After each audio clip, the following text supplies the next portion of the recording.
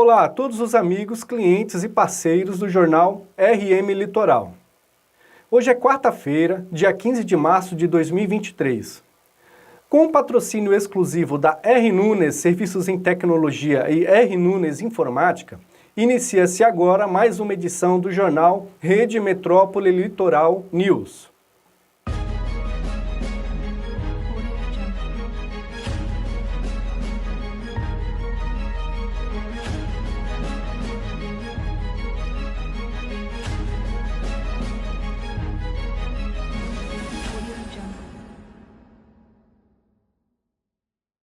O Ministério da Fazenda anunciou nesta segunda-feira, dia 27, a volta da tributação dos combustíveis, mas com uma carga maior sobre a gasolina em relação ao etanol. A volta dos impostos federais deve aumentar a gasolina em média em 60 centavos o litro. A decisão foi comunicada após uma reunião no Palácio do Planalto entre o presidente Luiz Inácio Lula da Silva e os ministros Rui Costa, da Casa Civil, e Fernando Haddad, da Fazenda, além do presidente da Petrobras, Jean Paul Prats. A Petrobras também pode mexer nos preços da gasolina com base no próprio PPI, já que o combustível está 7% mais caro do que o preço praticado no mercado internacional, segundo dados da Abicom.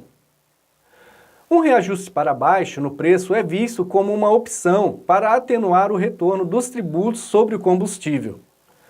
O governo de Jair Bolsonaro havia zerado as alíquotas da CID e do PIS sobre os combustíveis até dezembro do ano passado.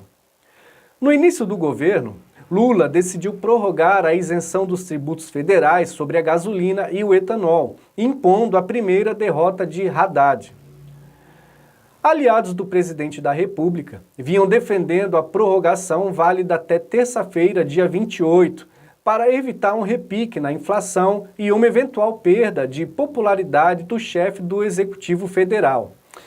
Porém, a partir de quarta-feira, dia 1º, a gasolina já teve um reajuste de 0,70 centavos em média de PIS/COFINS por litro do combustível, já o etanol 33 centavos. O valor do repasse do aumento das alíquotas ao público dependerá essencialmente das distribuidoras. Tal decisão dos preços dos combustíveis subirem não tem nada a ver com a Petrobras. Não há reajuste no preço, mas o aumento do preço é o fim da medida estabelecida na gestão do governo federal. O governo federal informou na quarta-feira, dia 1º, que a medida provisória com o novo Bolsa Família seria publicada na quinta-feira, dia 2.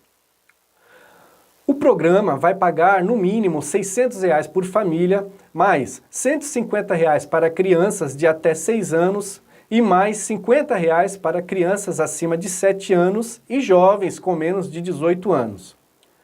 O programa será lançado em evento no Palácio do Planalto, quando o presidente Luiz Inácio Lula da Silva assinará a medida provisória. Para ter direito ao recebimento do benefício, a família deve ter renda per capita, ou seja, por pessoa, classificada na condição de pobreza ou extrema pobreza. Para tal, a família deve ter renda máxima de até R$ 465 por pessoa, renda tal que se classifica como linha de pobreza e de até R$ 160 por pessoa, classificada como linha de extrema pobreza. Ainda além dessas regras, as famílias devem cumprir com a garantia de manter crianças e adolescentes na escola, fazer o acompanhamento pré-natal, no caso das gestantes, e manter as carteiras de vacinações atualizadas. Por outro lado, o Ministério do Desenvolvimento e Assistência Social, Família e Combate à Fome informou, na sexta-feira, dia 24, que vai cortar ao menos 1,55 milhão de beneficiários irregulares do Bolsa Família em março. Desde o início de janeiro, a atual gestão tem passado um pente fino no chamado Cadastro Único, que serve de base para pagamento de benefícios como Bolsa Família, e o governo federal tem dito que encontrou várias irregularidades no Cadastro Único. Com isso, pessoas que atualmente estão irregularmente no programa devem deixar o Bolsa Família já no mês de março. Falando agora da prisão de Robinho, o jogador de futebol Robinho, condenado por estupro coletivo na Itália, poderá cumprir a pena no Brasil, caso o Superior Tribunal de Justiça, STJ, valide a sentença do país europeu. Segundo seu advogado, o órgão já deu andamento ao processo de homologação de decisão estrangeira. O pedido da Justiça italiana entregue ao STJ, por intermédio do Ministério da Justiça, foi a forma encontrada para que Robinho cumpra a pena a qual foi condenado, uma vez que o país não extradita brasileiros natos. A ministra Maria Tereza de Assis Moura, presidente do STJ, mandou na quinta-feira, dia 23, que Robinho seja citado para participar do processo de validação de pena. Segundo o advogado, caso a defesa de Robinho conteste o pedido, o processo será distribuído para julgamento da Corte Especial, composta pelos 15 ministros mais antigos do STJ.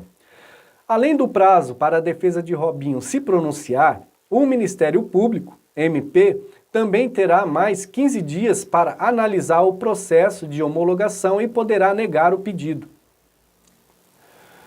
Caso a homologação seja aprovada, a decisão estrangeira será executada através da entrega da carta de sentença para a Justiça Federal e também sobre tal decisão caberá recurso.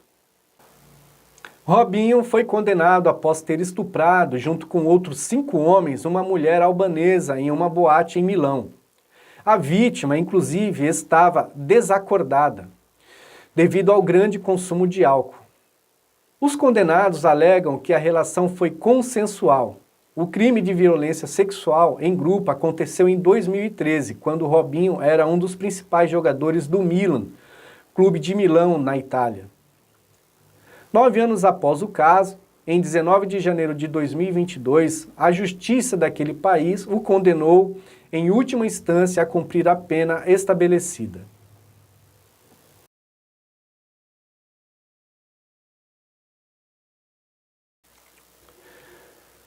Com 209 bilhões em ativos, o que dá mais de 1 trilhão e equivalendo ao tamanho do Santander no Brasil, o Silicon Valley Bank, SVB, é a maior instituição financeira do país a quebrar desde a crise internacional de 2008 nos Estados Unidos. A ameaça da turbulência sobre a falência do banco se espalhar e contaminar bancos menores levou o governo americano a fechar suas portas em apenas 2 dias. Em Wall Street, a maior eclosão do SVB levou a mais um dia de tensão e perdas. Ações de bancos como First Republic, PacWest e Signature fecharam com quedas de 2 dígitos, entre 14,65% e 37,91%. Os órgãos reguladores dos Estados Unidos fecharam Silicon Valley Bank e assumiram o controle dos depósitos de clientes na maior falência de um banco no país desde 2008, quando o Washington Mutual colapsou. O SVB é um importante credor para a área de tecnologia e de inovação de saúde e teve dificuldades em obter dinheiro para cobrir a perda com a venda de ativos afetados pela alta na taxa de juros. Os problemas levaram a uma onda de saques pelos clientes. As autoridades disseram que agiram para proteger os depositantes segurados. Segundo reguladores bancários da Califórnia, onde a empresa tem a sua sede, o Silicon Valley Bank enfrentou liquidez inadequada e insolvência. A Federal Deposit Insurance Corporation, FDIC, que normalmente protege depósitos de até $250 mil, disse que assumiu o controle de cerca de 175 bilhões de dólares, em média 900 bilhões de reais, em depósitos mantidos no banco. Fundado em 1983, o Silicon Valley Bank fornecia financiamentos para quase metade das empresas americanas de tecnologia e saúde apoiadas por capital de risco. Elas foram prejudicadas por taxas de juros mais altas e capital de risco cada vez menor. Embora relativamente desconhecido fora do Vale do Silício, O SVB estava entre os 20 maiores bancos comerciais americanos, com cerca de R$ 1 trilhão em ativos totais no final do ano passado. De acordo com o FDIC, sua queda rápida é a maior paralisação de um banco nos Estados Unidos desde o Washington Mutual em 2008. No Brasil, a Bolsa de Valores perdeu os ganhos da semana toda na tarde desta sexta-feira. Abalada tremendamente com a falência do banco, está no segundo pior patamar do ano, afetada por uma aversão ao risco global após a crise no Silicon Valley Bank. Uma esfera de metal com cerca de 1,5 metros de diâmetro apareceu em uma praia na cidade de Hamamatsu, no Japão, e as autoridades não conseguiram de imediato identificar a origem do objeto. De acordo com a população local, o artefato marrom alaranjado e com sinais de ferrugem estava lá há mais de um mês, mas tinha chamado a atenção das autoridades locais e da imprensa.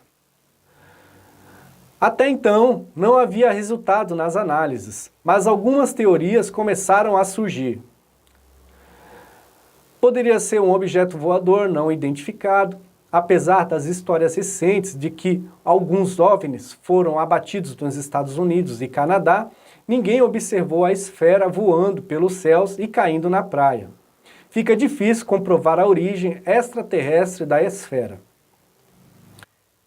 Artefato de espionagem. As redes de TV japonesas alegaram que o governo suspeitava fortemente que o objeto era um balão de espionagem chinês.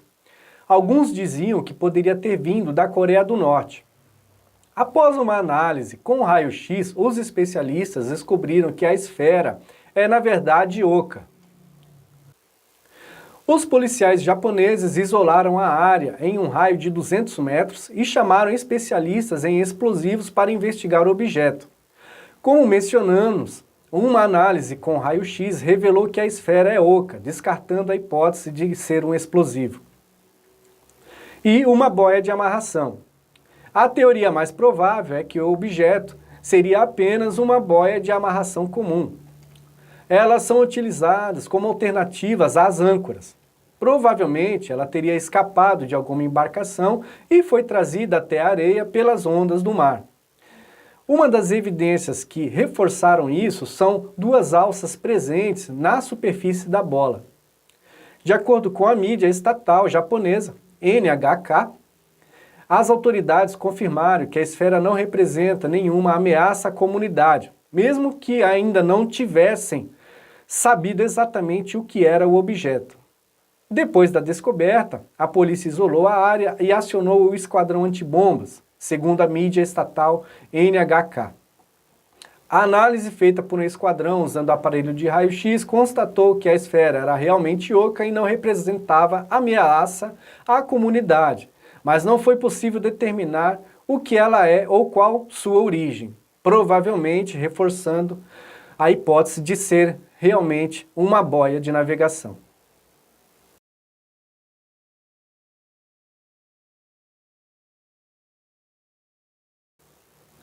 A notícia, que parece antiga, pois o fato aconteceu há mais de um mês, em 3 de fevereiro, um trem de carga da companhia Norfolk Southern descarrilhou nas proximidades do vilarejo de East Palestine, em Ohio, no nordeste dos Estados Unidos.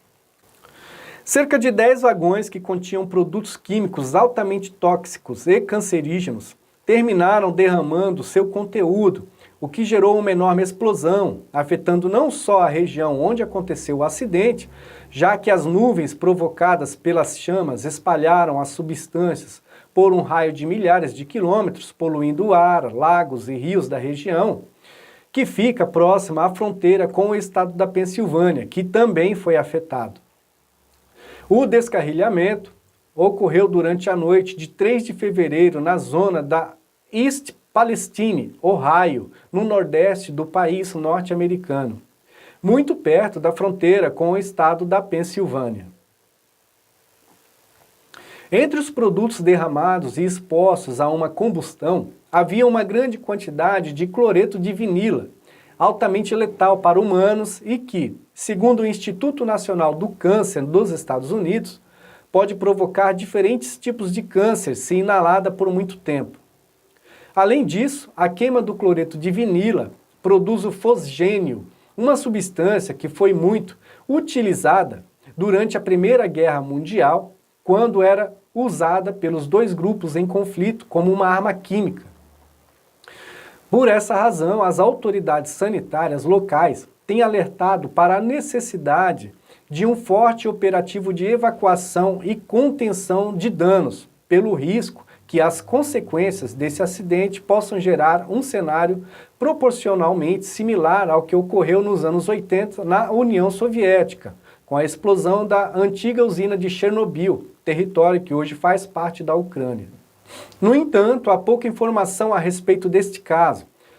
Apesar de já ter passado um mês do descarrilhamento do trem e da propagação das nuvens tóxicas por um raio de 1,7 mil quilômetros, as autoridades federais quase não têm tocado no assunto, estando mais atentas nos últimos dias aos casos do globo interceptado nos céus do Alasca e do Canadá, que supostamente teriam sido enviados pela China.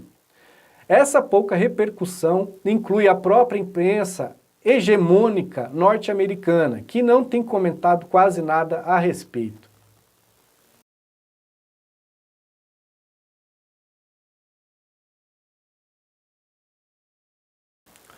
Pedro Rodrigues Filho, o Pedrinho Matador, foi assassinado a tiros e teve o pescoço cortado em Mogi das Cruzes, na Grande São Paulo. O assassino em série, de 68 anos, foi morto na calçada em frente à casa de familiares na manhã do domingo, dia 5. Segundo o boletim de ocorrência, policiais militares foram acionados após serem informados de disparos de arma de fogo na rua José Rodrigues da Costa, no bairro Ponte Grande, que uma pessoa teria sido atingida e que os suspeitos teriam fugido em um carro preto. Em outro chamado, a PM foi informada que o veículo teria entrado na estrada da Cruz do Século. Os policiais foram até o local e encontraram o carro abandonado, com a munição de pistola aparentemente intacta no assoalho. Pedro Rodrigues Filho nasceu em Santa Rita do Sapucaí aos 29 de outubro de 1954. Ficando conhecido como Pedrinho Matador, foi um serial killer brasileiro e é considerado o maior assassino em série do Brasil, tendo sido condenado a mais de 400 anos de prisão por matar 71 pessoas. No entanto, alegou ter matado mais de 100 em uma entrevista. Gostava de aumentar sua fama contando vários casos que não se sabe se eram verídicos ou não. Após permanecer 34 anos na prisão, foi solto no dia 24 de abril de 2007. E no dia 15 de setembro de 2011, a imprensa de Santa Catarina publicou que Pedrinho Matador havia sido preso numa casa na zona rural de Camboriú, onde trabalhava como caseiro. Ele ainda teria 8 anos de prisão para cumprir pelos crimes de motim e cárcere privado cometidos enquanto aprisionado. Pedrinho voltou a ser solto em 2018, tendo se convertido ao cristianismo e dizendo estar arrependido. Tinha então 64 anos de idade e já havia ficado 42 anos preso. Na época também ele criou um canal no YouTube e acompanhava a gravação de um documentário sobre a sua vida. Andréia dos Santos, atriz e assistente de produção, chegou a descrevê-lo como uma criança querendo voltar a viver.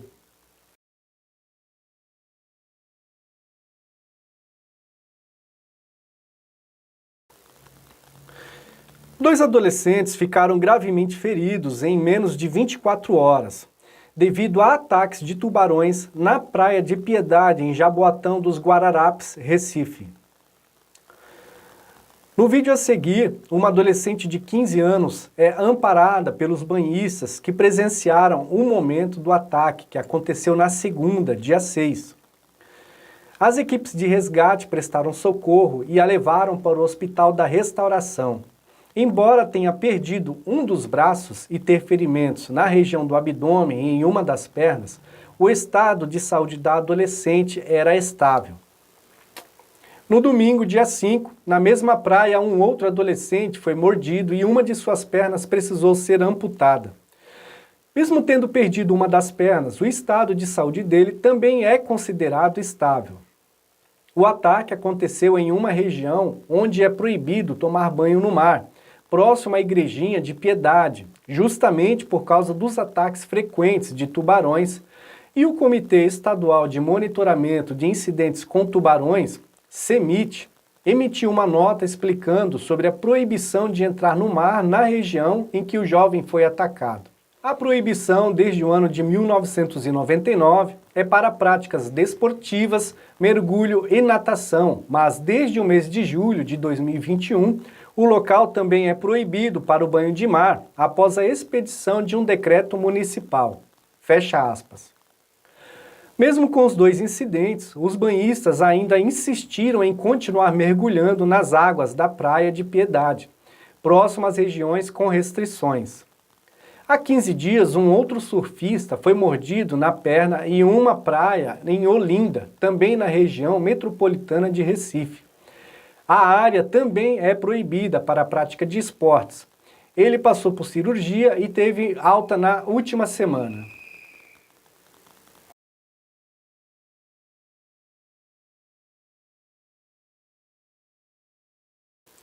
Os estudos para a construção do túnel para ligar as cidades de Santos e Guarujá foram entregues na terça-feira, dia 14, ao Conselho Estadual de Programas e Parcerias. De acordo com a Secretaria de Meio Ambiente, Infraestrutura e Logística do Estado de São Paulo, após a aprovação do Conselho, a pasta dará início às atualizações para que o túnel saia do papel. Abre aspas. Nossa proposta é atualizar os estudos que já tem do túnel e depois fazer o que a gente chama de processo de participação e controle social, que é levar para toda a sociedade tudo que a gente está pensando, com cronograma e tarifa, tudo de uma forma muito dialogada. Fecha aspas. Afirmou a secretária da pasta, Natália Rezende, que é secretária estadual de Meio Ambiente, Infraestrutura e Logística. Cerca de 35 mil veículos passam diariamente na travessia de balsas entre Santos e Guarujá. E em nota, a secretaria esclareceu que um dos eixos de atuação da gestão é a retomada dos estudos para a concessão dos serviços de travessias do Estado, agora no modelo em PPP, e a proposta de atualização dos estudos para a ligação seca Santos-Guarujá, que integrarão a pauta da primeira reunião do Conselho de Parcerias do Estado. Abre aspas. Estamos falando da maior travessia do mundo em número de veículos, em média 30 a 35 mil por dia, e na temporada isso se acentua. Toda melhoria e toda conquista é muito bem-vinda até que nós tenhamos a tão esperada ligação seca, que é fundamental para o desenvolvimento da Baixada como um todo. Fecha aspas. É o que afirmou o prefeito de Guarujá, Walter Suman, em uma entrevista a uma emissora de televisão.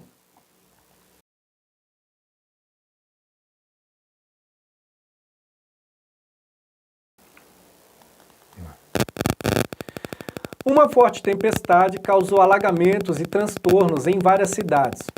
Bertioga, Guarujá, São Sebastião foram os municípios mais atingidos pelas fortes chuvas, na noite do sábado, dia 18.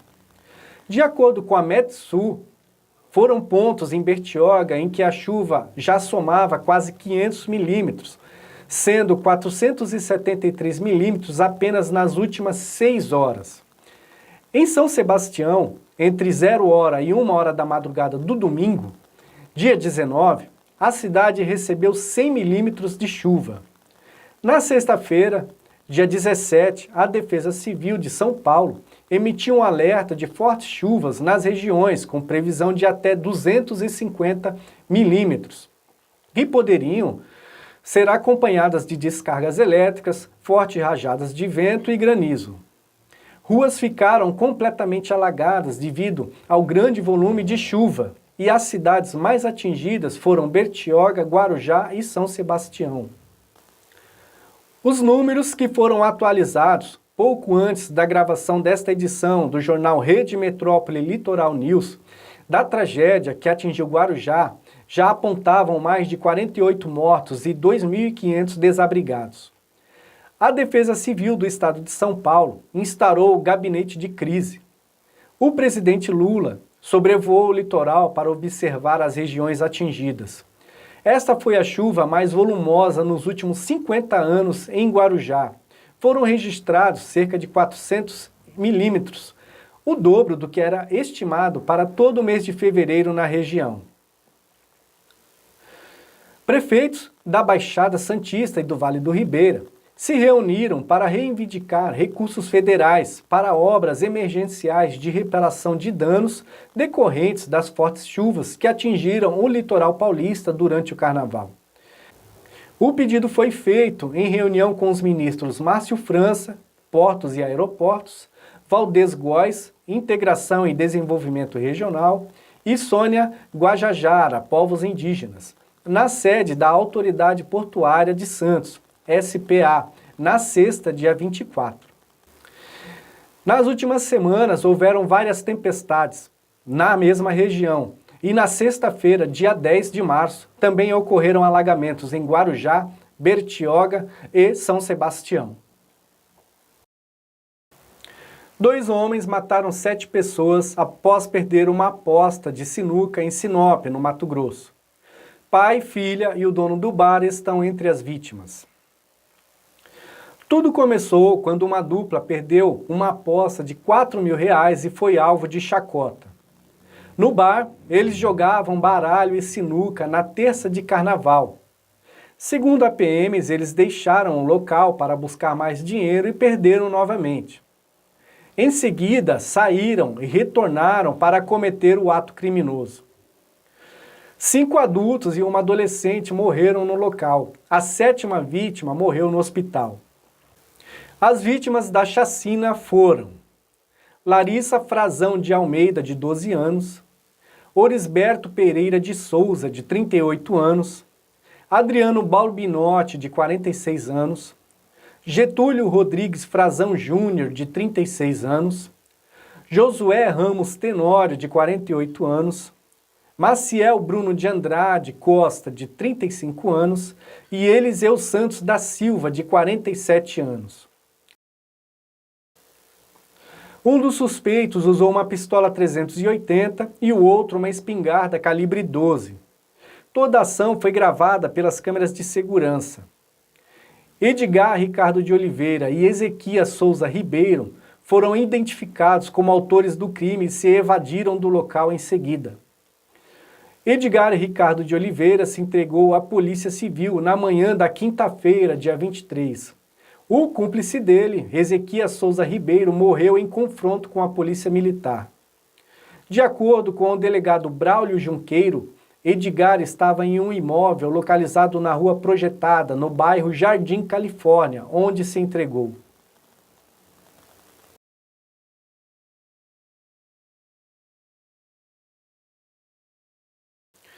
A morte do vocalista do Charlie Brown Jr., Alexandre Magno Abraão, o Chorão, completou 10 anos.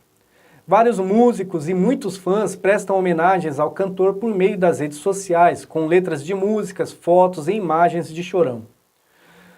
O cantor era conhecido por seu gênio difícil e por sua dedicação ao trabalho e já havia se aventurado no cinema. Chorão nasceu aos 9 de abril de 1970 em Tremembé, São Paulo. Morou em São Paulo com a família até aos 13 anos e depois mudou-se para Santos. Aos 14 anos de idade, largou os estudos para se dedicar ao rock e ao skate.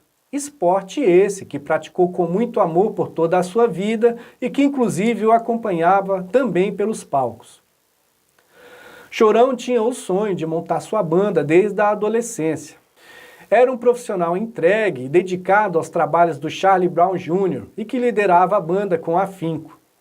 A banda Charlie Brown Jr., em primeira formação com o baixista Champignon, era chamada de WhatsApp. A banda, que contava com Marcão Brito, Tiago Castanho e Renato Pelado na formação inicial, lançou 10 álbuns de estúdios e seus trabalhos ficaram também conhecidos no exterior, tornando o Charlie Brown Jr. a banda de rock brasileira mais ouvida no exterior. Chorão foi encontrado morto no dia 6 de março de 2013, no seu apartamento na zona oeste de São Paulo. Um exame realizado por equipes do Instituto Médico Legal, IML, apontou que Chorão sofreu uma overdose por cocaína. Encontrado morto na cozinha de seu apartamento, o roqueiro vinha lidando com depressão e, em busca de um sentido para a sua vida, havia tentado entrar para o Corpo de Bombeiros. Esta edição do jornal Rede Metrópole Litoral News fica por aqui. Para mais notícias, detalhes e informações, acessem o site www.rmlitoralonline.com.br. Agradecemos a todos e até a próxima edição.